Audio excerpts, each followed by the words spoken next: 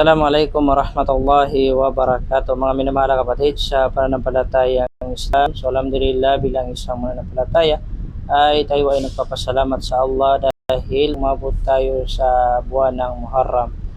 Bukas po ng Saturday ay pang-10 araw sa buwan ng Muharram, tinatawag na araw ng Ashura.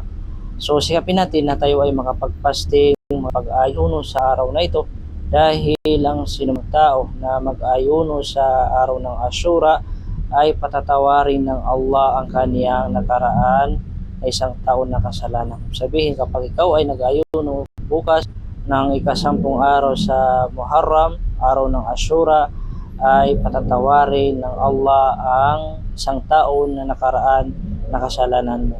Kaya bilang isang Muslim ay wag na wag natin sayangin ang araw na ito upang madilit, mabura ang ating nakaraan na kasalanan, mga kapatid sa Islam, sapagkat ang buhay natin dito sa mundo ay hindi natin alam kung kailan natin iiwan.